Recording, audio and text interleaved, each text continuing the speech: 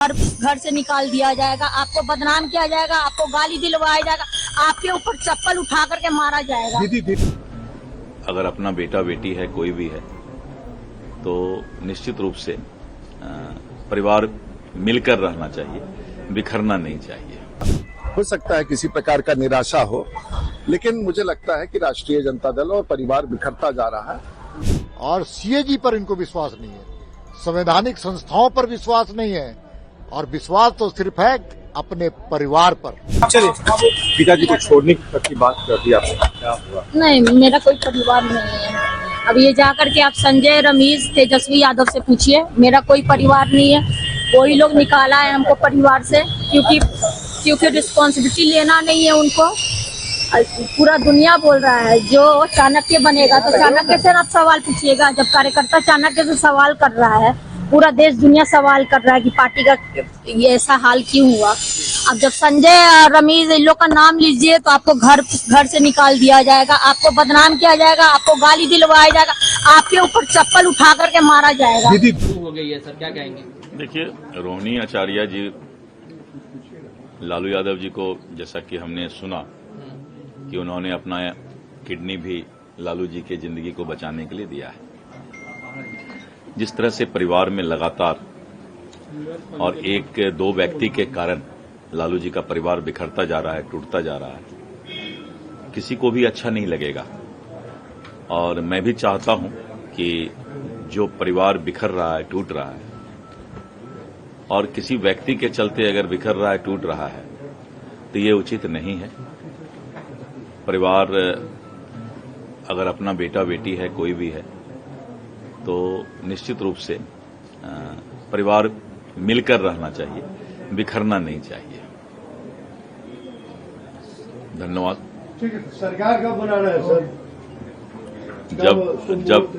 जब अपार जन समर्थन मतदाता ने दिया है तो सरकार बनाने के लिए ही दिया है।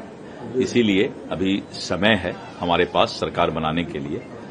पहले जो हमारे उम्मीदवार चुनाव जीते हैं उनको कहा गया है कि आप अपने अपने क्षेत्र में मतदाता को धन्यवाद देने का काम करें।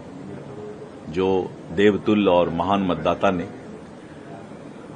हमें प्रजातंत्र में इतना बड़ा अपार जन समर्थन दिया है, उस मतदाता को नमस्कार, प्रणाम, धन्यवाद करने के लिए अभी सभी उम्मीदवार को हम लोगों ने यहां से सूचना भेजा है। और जहां भी ये जश्न नहीं मनाया गया है अभी तक, या धन्यवाद का पूरा प्रक्रिया नहीं हुआ है, कल शाम तक सभी लोग अपने अपने क्षेत्र में जो है और अपने अपने जिला में जो अपार जन समर्थन मिला, धन्यवाद बिहार के मतदाता, प्रणाम बिहार के मतदाता, और उनको शुक्रिया अदा करके, उसको हार्दिक अभिनंदन करके फिर तब सभी लोग यहां आएंगे। उसके बाद फिर प्रक्रिया शुरू होगा।